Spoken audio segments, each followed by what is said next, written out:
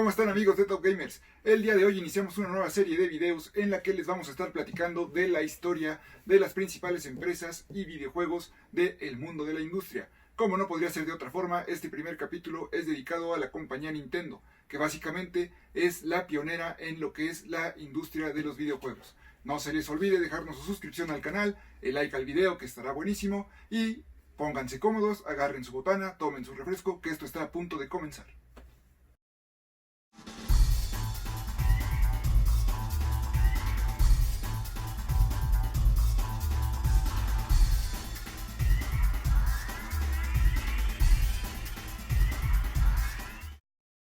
La historia de la compañía Nintendo se remonta a 1899, así es, todavía en el siglo XIX. El artesano Yamauchi creó esta compañía para la elaboración y distribución de cartas estilo naipe, como las que utilizamos en Occidente para el póker, ya que era un juego muy popular por ese entonces en Japón.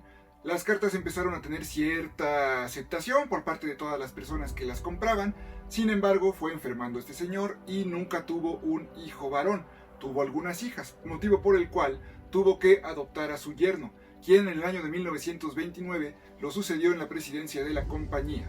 Este señor, ya con el nombre de Yamauchi adoptado, a pesar de que era su yerno, tampoco tuvo ningún hijo varón. Básicamente se volvió a repetir la misma historia jodida, pero este señor, a diferencia del primero, sí tuvo un nieto de nombre Hiroshi, que fue quien lo iba a suceder cuando llegara el momento adecuado para tal efecto. Posteriormente vino el periodo de la Segunda Guerra Mundial, obviamente una etapa de crisis. Japón fue de los principales actores en lo que este conflicto bélico se refiere. Le fue muy mal a la economía japonesa y obviamente no podía ser diferente para lo que es la compañía. También en este periodo, después de la posguerra, en específico en 1950, el nuevo presidente se tuvo que retirar a causa de una enfermedad y en este momento fue cuando Hiroshi tomó las riendas de la compañía de Kyoto.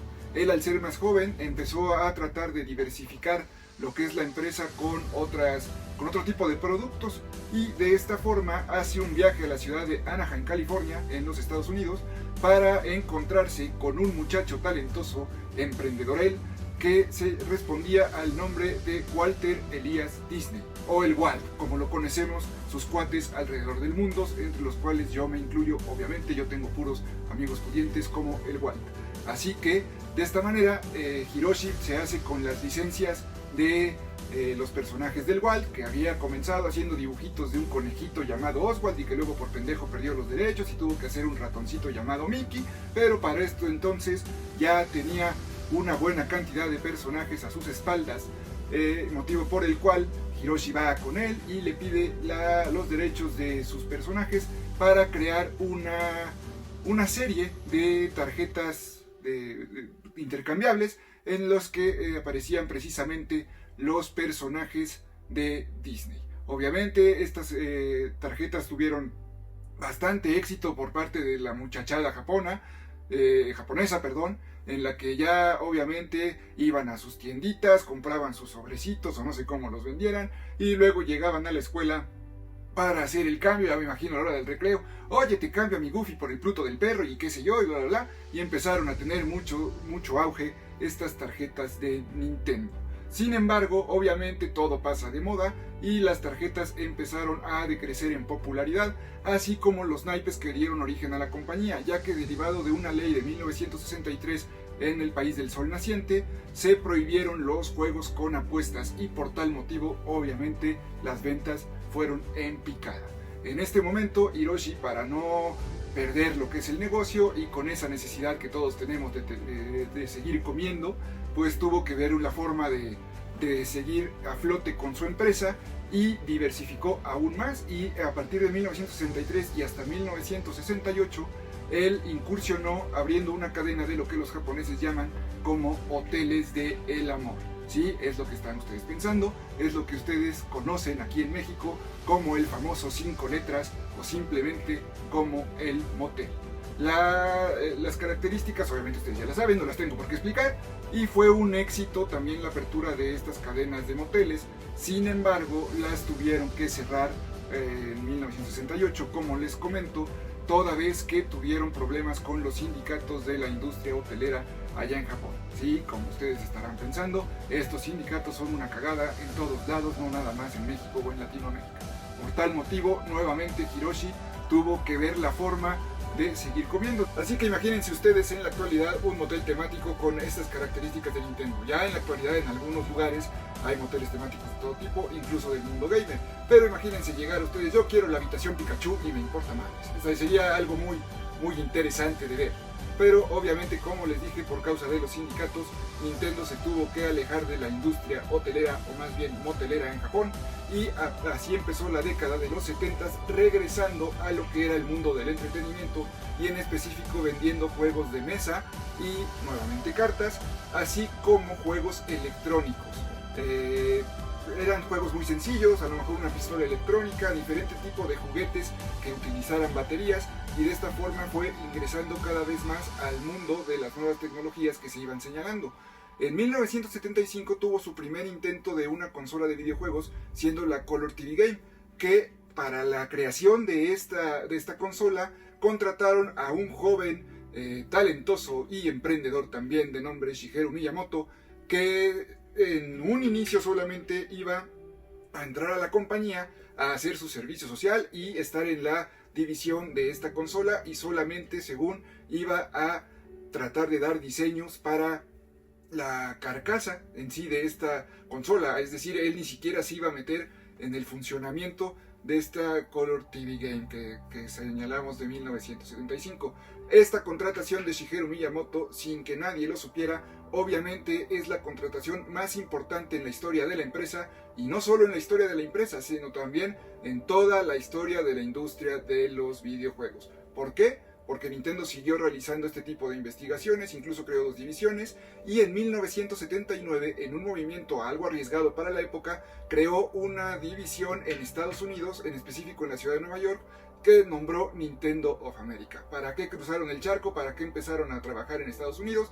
Para crear diversos sistemas arcades. Para los que son muy jóvenes y no saben lo que es un arcade, es lo que se conoció aquí en México y otros países de Latinoamérica como las maquinitas. Este tipo de dispositivos enormes, y que uno llegaba, metía su moneda y jugaba, empezaron a estar algo de moda en Estados Unidos, ya que toda la industria del videojuego iba en picada en América, sobre todo por la mala calidad de algunos videojuegos, sobre todo para la consola Atari, que era una consola que no tenía los más mínimos requisitos de calidad. Cualquier persona que tuviera acceso o conocimientos de ingeniería o de programación podía hacer sus juegos de Atari e incluso venderlos al público. Los juegos eran prácticamente una porquería, no se podían ni jugar, no traían instrucciones, y por tal motivo nadie, pero absolutamente nadie, confiaba en la industria de los videojuegos. Del otro lado, en su país de origen, en Japón, a principios de la década de los 80s, empezaron a vender los dispositivos llamados Game Watch, que eran dispositivos portátiles pequeños y que cada uno traía juegos muy simples, muy sencillos, que los japoneses iban jugando en el metro, en el camión, qué sé yo, para pasar el tiempo. Ya ven que allá eso sí se puede, porque es un lugar muy civilizado y lejos de delincuencia, y entonces uno puede sacar sus dispositivos electrónicos sin temor a los chacales, como los tenemos aquí en Latinoamérica. Pues bien, así eran las 2 divisiones que tenía Nintendo, unos para lo que era el Game Watch y otros para lo que eran las maquinitas. Y en esta división fue donde siguió trabajando Shigeru Miyamoto, y en 1981 supuestamente Nintendo iba a tener los derechos del popular personaje llamado Popeye, en un videojuego en el que desde la parte alta del escenario el villano Brutus iba a ir obstaculizando a nuestro héroe Popeye con diferente tipo de objetos, hasta que éste lograra acceder a la cima y rescatar a su novia Olivia de las manos del tirano Brutus. Por diferencias económicas no pudieron llegar al acuerdo para tener a los personajes de la franquicia. Sin embargo, Miyamoto ya había desarrollado prácticamente la totalidad del juego y solamente hizo cambios en los personajes. El villano Brutus terminó siendo cambiado por un gorila, en el que se basaron su diseño en el gorila, valga la redundancia, de la película King Kong, que por aquellos entonces era muy popular. El protagonista dejó de ser Popeye para convertirse en un plomero vestido de rojo y azul y bigotón, que incluso iba saltando por el escenario, lo que le llevó a su nombre de Jumpman. Y la damisela en peligro terminó siendo una princesa rubia de ojos verdes y vestida de rosa. Así es, ustedes saben, ya saben quién es la que hoy conocemos como la Princesa Peach. El éxito rotundo de la arcade de Donkey Kong nunca se había visto en la historia de los videojuegos. Todo el mundo quería jugar a Donkey Kong. Todos los negocios que tenían este tipo de maquinitas le empezaron a hacer su pedido a Nintendo y Nintendo no se daba abasto. De esta forma, en 1984, y con el arrastre de las arcades que tuvieron éxito, sacaron en Japón la consola Famicom. Esta consola solamente salió allá en el país del sol naciente y trasladaron a cartuchos caseros lo que eran los principales éxitos de las arcades, incluido obviamente Donkey Kong, e incluso dado el éxito, ahora sí la compañía que tenía los derechos les dio el permiso para hacer un juego de Popeye que la verdad era muy parecido al Donkey Kong y ya no pegó tanto porque ya todo el mundo había visto y se había encariñado con el primero. Tras el éxito en Japón de esta consola, obviamente quisieron hacer de este entretenimiento casero de videojuegos pues algo a nivel mundial y lo llevaron a Estados Unidos y más bien a toda América y a toda Europa, pero no llevaron el Famicom como tal. Empezaron a hacer el desarrollo de otra consola que terminó llamándose Nintendo Entertainment System.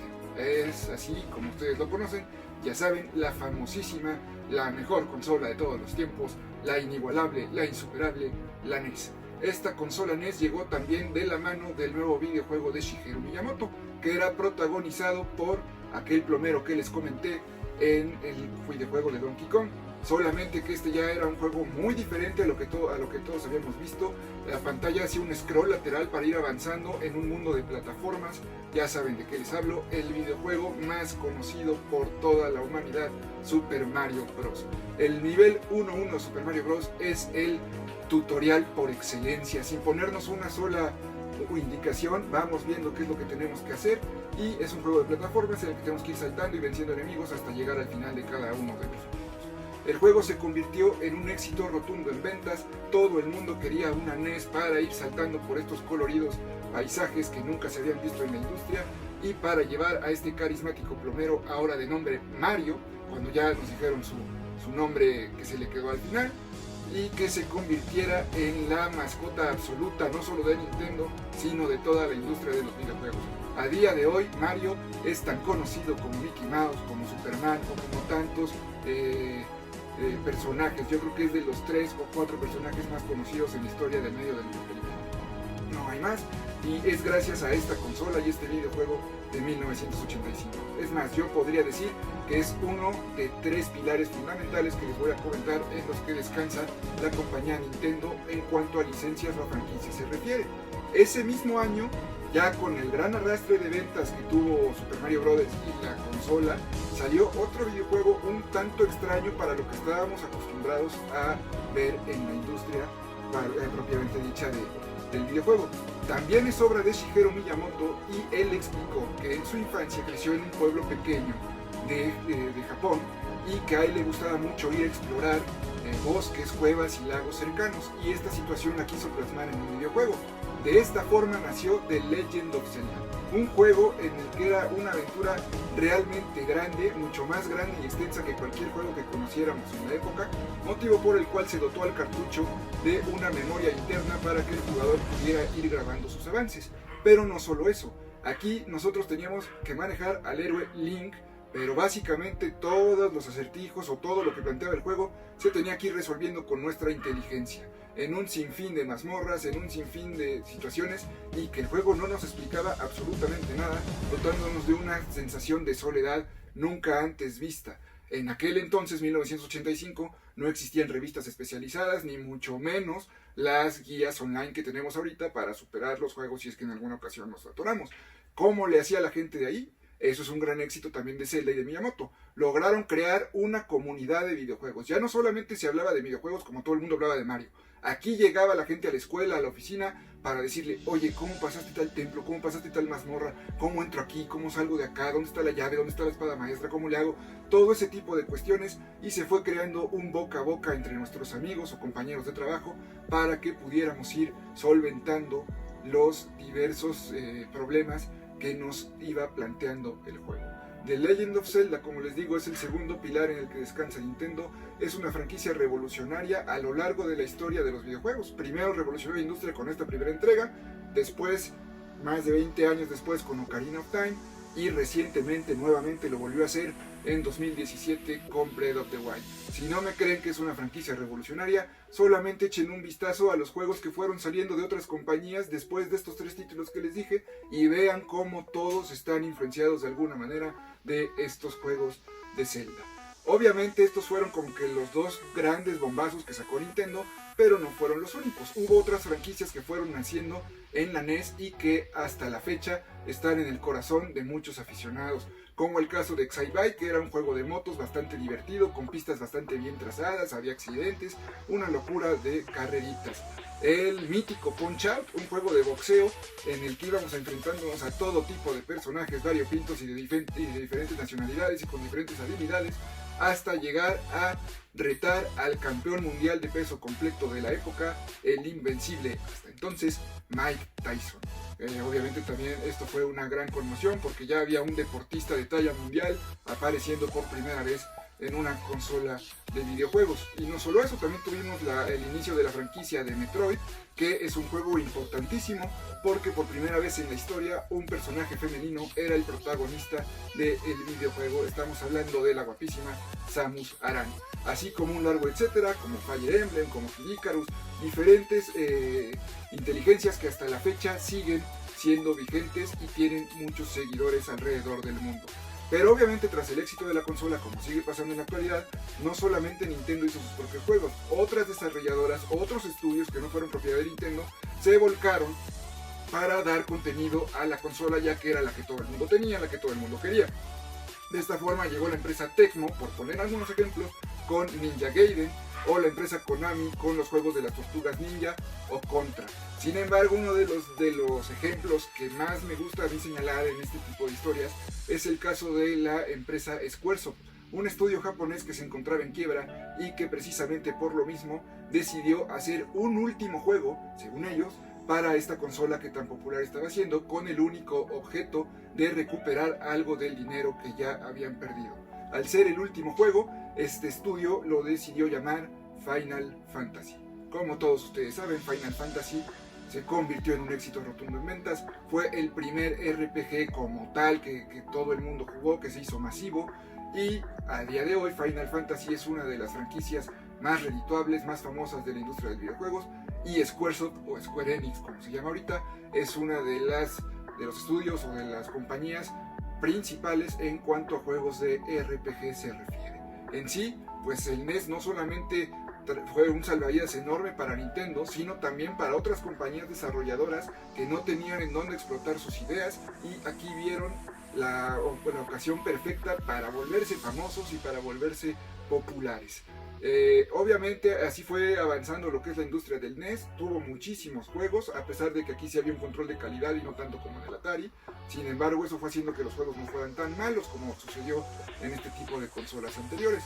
Y a la par, y dado el éxito de esta consola, en 1988 sacó la gran N un dispositivo portátil llamado Game Boy, en donde lograron meter un juego de Mario como Mario Land, incluso un Zelda como The Link's Awakening. Sin embargo, esta consola se volvió extremadamente popular en el mundo de los adultos gracias a un juego de rompecabezas ruso llamado Tetris. Todos los adultos llegaban a la tienda desesperados para comprar su dispositivo que podía jugar Tetris, ya que según ellos el Tetris los desestresaba. Yo no estoy hablando mal de Tetris ni por el estilo, pero acercó incluso a la comunidad adulta a el mundo de los videojuegos, y eso es algo que nunca vamos a dejar de reconocer a este juego ruso, que en lo particular a mí no me gusta, pero que es pues sensación allá donde va, y ahorita ya hay miles de versiones de Tetris. El Game Boy fue el líder absoluto en las consolas de portátiles por más de una década, y a este dispositivo fue que llegó o más bien el tercer y último pilar que yo considero como franquicia de Nintendo. Ya saben de qué les estoy hablando. En 1996 llegó Pokémon en 2 versiones, rojo y azul, y a partir de ahí se desató la locura. ¿Qué es Pokémon? Ya muchos de ustedes saben, simplemente se los recuerdo. Un videojuego RPG en el que tenemos que ir capturando diversas criaturas de este nombre, todos con diferentes habilidades y diferentes tipos, para posteriormente ir formando equipos de 6 para que estratégicamente nos enfrentemos a otro jugador o logremos avanzar dentro de la historia del mismo, con el aliciente de ir capturando todos y cada uno de estas criaturas y formar nuestra colección. ¿Por qué hay dos versiones? Porque el juego es el mismo, nada más que en una versión hay algunos exclusivos y en la otra lo mismo, lo que nos obligaba a intercambiar con nuestros amigos que tenían la versión contraria nuestros Pokémon para completar la colección. Y de esta manera Nintendo regresó a sus orígenes, al intercambio de estampitas, al intercambio de cartas, y se volvió una locura completamente. A día de hoy la saga tiene un buen número de juegos ya a sus espaldas, la mayoría para consolas portátiles, incluso la última versión para Nintendo Switch, aunque se puede jugar en la televisión, está más diseñada para que nos lo llevemos a todos lados y vayamos retando a diferentes entrenadores y obviamente intercambiando nuestras criaturas. En sí, esta inteligencia es una de las que más seguidores tiene en la actualidad. Hay incluso torneos y una gran cantidad de expectación que se genera cada vez que hay un nuevo producto o alguna nueva noticia alrededor de esta saga. Nintendo en los años posteriores siguió siendo el líder absoluto en la industria de los videojuegos. Es un liderazgo que no dejó hasta finales de la década de los 90 por su propia culpa, ya que derivado de diversas decisiones malas que tomaron ellos por parte del corporativo, fueron llevando de la mano a Sony prácticamente para que creara su propia consola de videojuegos. Seguramente en ese momento dijeron los de Nintendo: ay, ¿qué nos van a hacer esto? Solamente hacen televisiones, solamente hacen calculadoras, prácticamente nos la pelan. Obviamente es una historia que vamos a dejar para otro video de este serial. Sin embargo, hasta aquí voy a dejar esta breve inicio de la historia de los videojuegos de la mano de la compañía Nintendo. No sin antes recordarles, ya que saben estos datos, que cada vez que prendan su Nintendo Switch o incluso una Xbox o una PlayStation, recuerden a estas personas que el día de hoy decidimos recordar en este pequeño espacio, ya que sin ellos no sería posible. Déjenos en los comentarios si quieren que hagamos la historia de algún videojuego, de alguna consola, y si les gustó este tipo de video para seguirlo haciendo en el futuro. Hasta la próxima.